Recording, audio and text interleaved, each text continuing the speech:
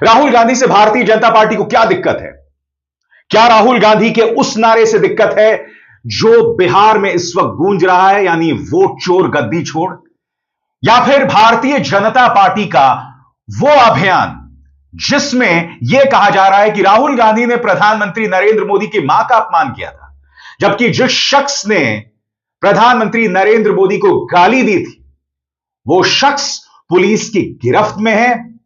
उस शख्स का इस वक्त प्रधानमंत्री नरेंद्र मोदी जी को लेकर राहुल गांधी ने सीधे तौर पर बिगुल फूंक दिया है, या फिर यूं कह लीजिए कि अल्टीमेटम पूरी तरह से राहुल गांधी ने मोदी जी को दे दिया है। लेकिन बड़ी खबर ये सामने निकल के आ रही है कि राहुल गांधी के काफिले के ऊपर एक बड़ा हमला किया जाता है। दोस्तों, राहुल गांधी कार के अंदर घुस जाते हैं और राहुल गांधी किसी भी तरीके से अपने आप को सेव करते हैं। दोस्तों जी हाँ, राहुल गांधी के ऊपर हमला, भाजपा का खेल किस तरह से उल्टा पड़ता हुआ नजर आ रहा है। दोस्तों, रायबरेली के अंदर की तस्वीरें सामने निकल कर आई हैं। हमारे साथ वरिष्ठ पत्रकार मौजूद हैं, अभिसार शर्मा। आप उनकी इस रिपोर्ट को देखिए। बैठे हुए हैं और यहाँ पर राहुल गांधी का विरोध किया जा रहा है।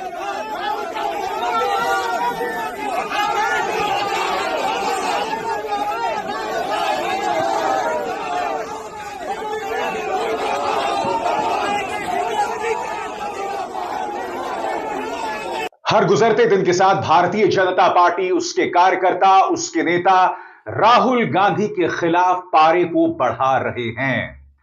और राहुल गांधी आज रायबरेली में थे और जैसा कि अभी अभी आपने तस्वीरों में देखा, जिस शख्स को राहुल गांधी ने रायबरेली के चुनाव में हराया था, यानी कि नितेश सिंह, वो भारतीय जनता पार्टी के कार्यकर्ताओं के साथ विरोध कर रहे थे। राहुल गांधी से भारतीय जनता पार्टी को क्या दिक्कत है? क्या राहुल गांधी के उस नारे से दिक्कत है जो बिहार में इस वक्त गूंज रहा है, यानी वोट चोर गद्दी छोड़? या फिर भारतीय जनता पार्टी का वो अभियान जिसमें यह कहा जा रहा है कि राहुल गांधी ने प्रधानमंत्री नरेंद्र मोदी की मां का अपमान किया था, जबकि जिस शख्स ने प्रधानमंत्री नरेंद्र मोदी को गाली दी थी वो शख्स पुलिस की गिरफ्त में है। उस शख्स का इतिहास रहस्यमय है। तीसरा, न राहुल गांधी न तेजस्वी यादव ने उसका साथ दिया है। मगर हमारे सामने इतनी ढेरों मिसालें हैं कि प्रधानमंत्री नरेंद्र मोदी से लेकर भारतीय जनता पार्टी ने गालीबाजों का साथ दिया है, बलात्कारियों का साथ दिया है, व्याभिचारियों का साथ दिया है। आपके जहन में सवाल होगा कि आखिर यह खबर क्यों है जिस तरह से भारतीय जनता पार्टी के कार्यकर्ता विरोध कर रहे हैं, क्योंकि यह सामान्य विरोध नहीं है। दोस्तों, आपको समझना पड़ेगा, इस विरोध के अंतर्गत राहुल के गाड़ी पर एक किस्म का हमला किया जाता है। कार्यकर्ता उस पर चढ़ने की कोशिश करते हैं और पुलिस किसी तरह से उन्हें बचाती है। अगर यह एक आइसोलेटेड इंसिडेंट होता, यानी कि महज अपवाद होता, तो बात समझ आती। मगर आपको इस घटनाक्रम के साथ अन्य कई घटनाक्रमों को देखना पड़ेगा, जिसका मैं जिक्र करूंगा। अब देखिए किस तरह से कार्यकर्ता जो हैं वो चढ़ जाते हैं, गाड़ी पर चढ़ने की कोशिश करते हैं, और इसी गाड़ी के अंदर राहुल गांधी। मगर राहुल गांधी नहीं बौखलाए। उन्होंने कहा कि वोट चोरी करने वालों को गद्दी छोड़ना पड़ेगा, और इस नारे से भारतीय जनता पार्टी बुरी तरह से बौखला गई है। उसके कार्यकर्ता डिस्टर्ब रहते हैं। राहुल गांधी के ये दोनों बयान आइए सुनते हैं। राहुल जी, बीजेपी के लोगों ने आपका काफिला भी रुका गया है। आपका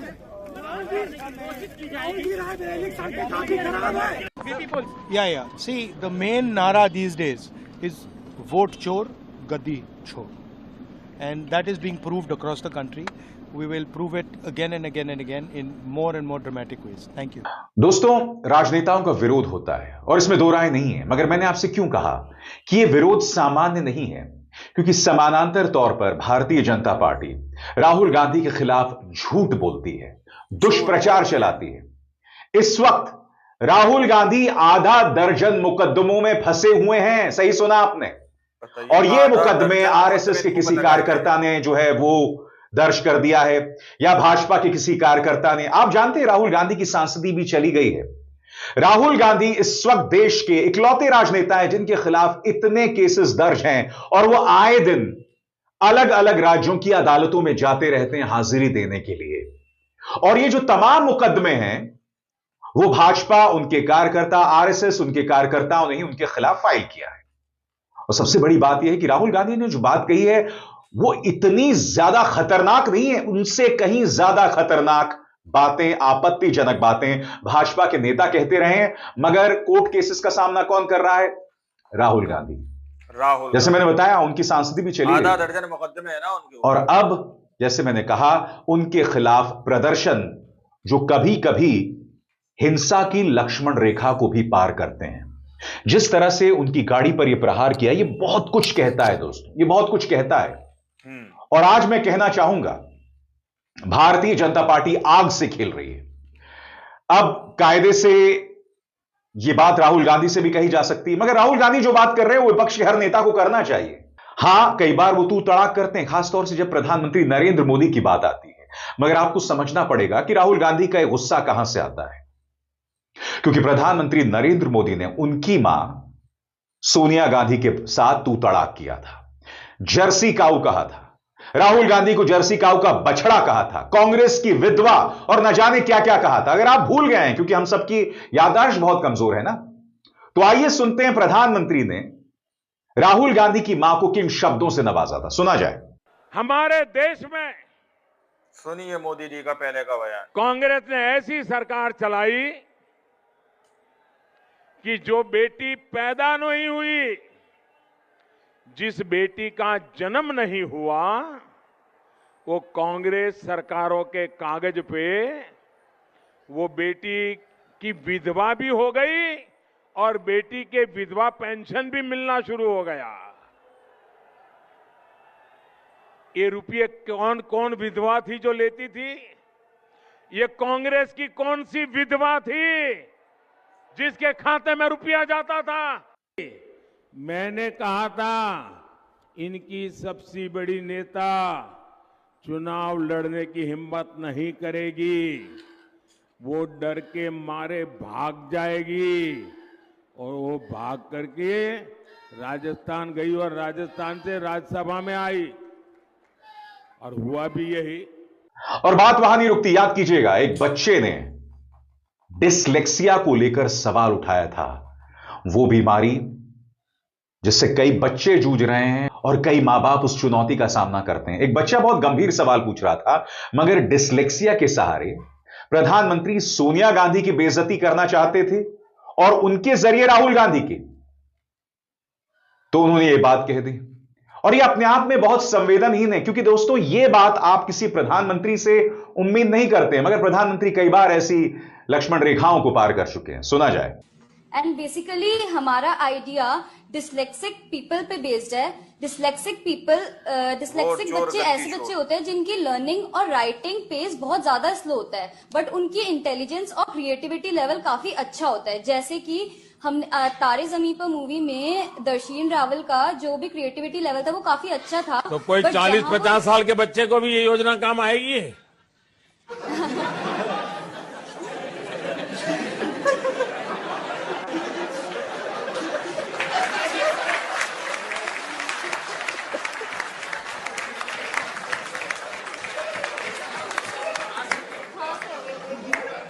हाँ सर, आएगी।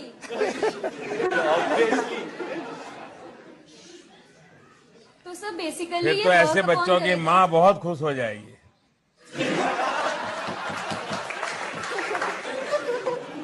और फिर याद है आपको, चुनावों के दौरान प्रधानमंत्री ने क्या कहा था? अरे मूर्खों के राजा।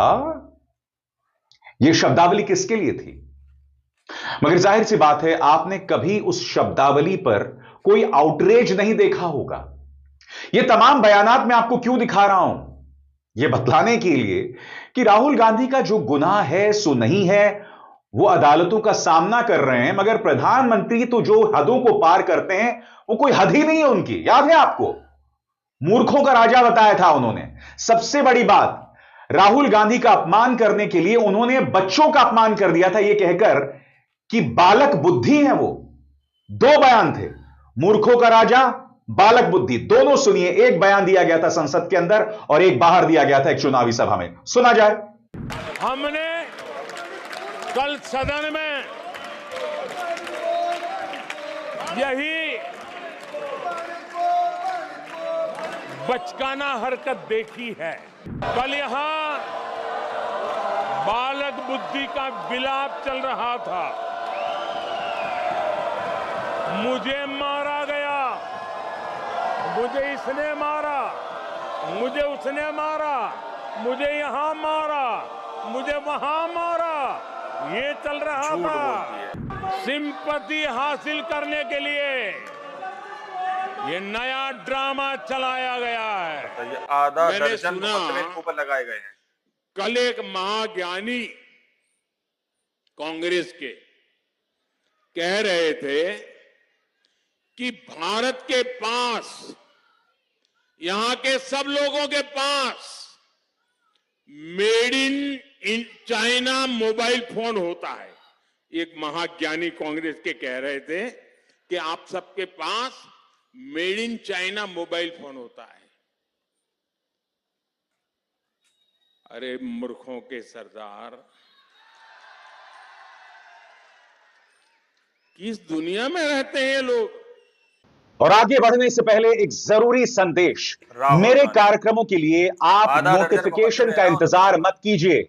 मेरे चैनल में जाइए और खुद जाकर कार्यक्रम देखिए और रहिए अपडेटेड। और हां, ज्वाइन कीजिए मेरा चैनल। देखिए यह जरूरी संदेश। स्वतंत्र और आजाद पत्रकारिता का समर्थन कीजिए, सच में मेरा साथी बनिए। बहुत आसान है दोस्तों, इस ज्वाइन बटन को दबाइए और आपके सामने आएंगे ये 3 विकल्प, इनमें से एक चुनिए और सच के इस सफर में मेरा साथी बनिए।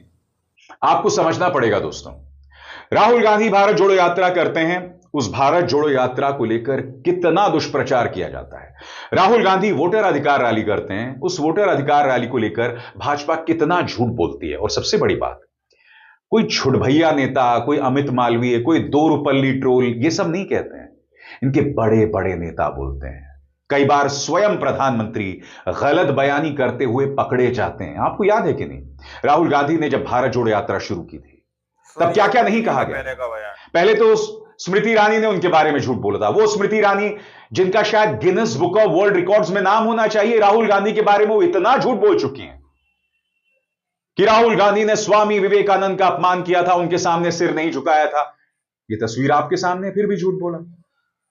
राहुल गांधी के बारे में वो इतना झूठ बोलती है, इतना झूठ बोलती हैं, जबकि आपको याद होगा कि जब स्मृति ईरानी हार गई थी तब राहुल गांधी ने अपने समर्थकों से अपील किया था कि नहीं, स्मृति का अपमान करना बंद कीजिए। एक आदमी का चरित्र तब पता चलता है जब हार और जीत के दौरान उसका रवैया क्या होता है।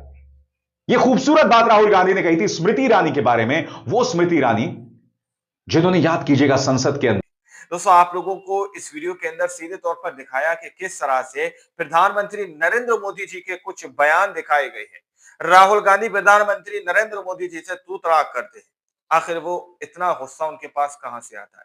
जरा सोचिए कि पहले आपकी मां के बारे में इस तरीके की बातें कही गई हो और आपको मौका मिले तो आप क्या छोड़ देंगे। लेकिन वही काम भाजपा के नेता करे, प्रधानमंत्री मोदी करे, कुछ नहीं होता। वहीं पर राहुल गांधी कुछ कह दें तो उनके खिलाफ मुकदमे दर्ज कर दिए जाते हैं। जिस तरह से विशाल शर्मा ने बताया कि तकरीबन आधे दर्ज मुकदमे हैं उनके खिलाफ, आधा दर्जन जो है मुकदमे उनके खिलाफ चल रहे हैं। अब आप लोगों ने इस रिपोर्ट को देखा सुना, आप लोग इस रिपोर्ट के बारे में क्या सोचते, क्या समझते हैं, अपनी राय कमेंट सेक्शन में जरूर दीजिएगा। मिलते हैं अगली वीडियो में, जब तक के लिए जय हिंद, जय भारत।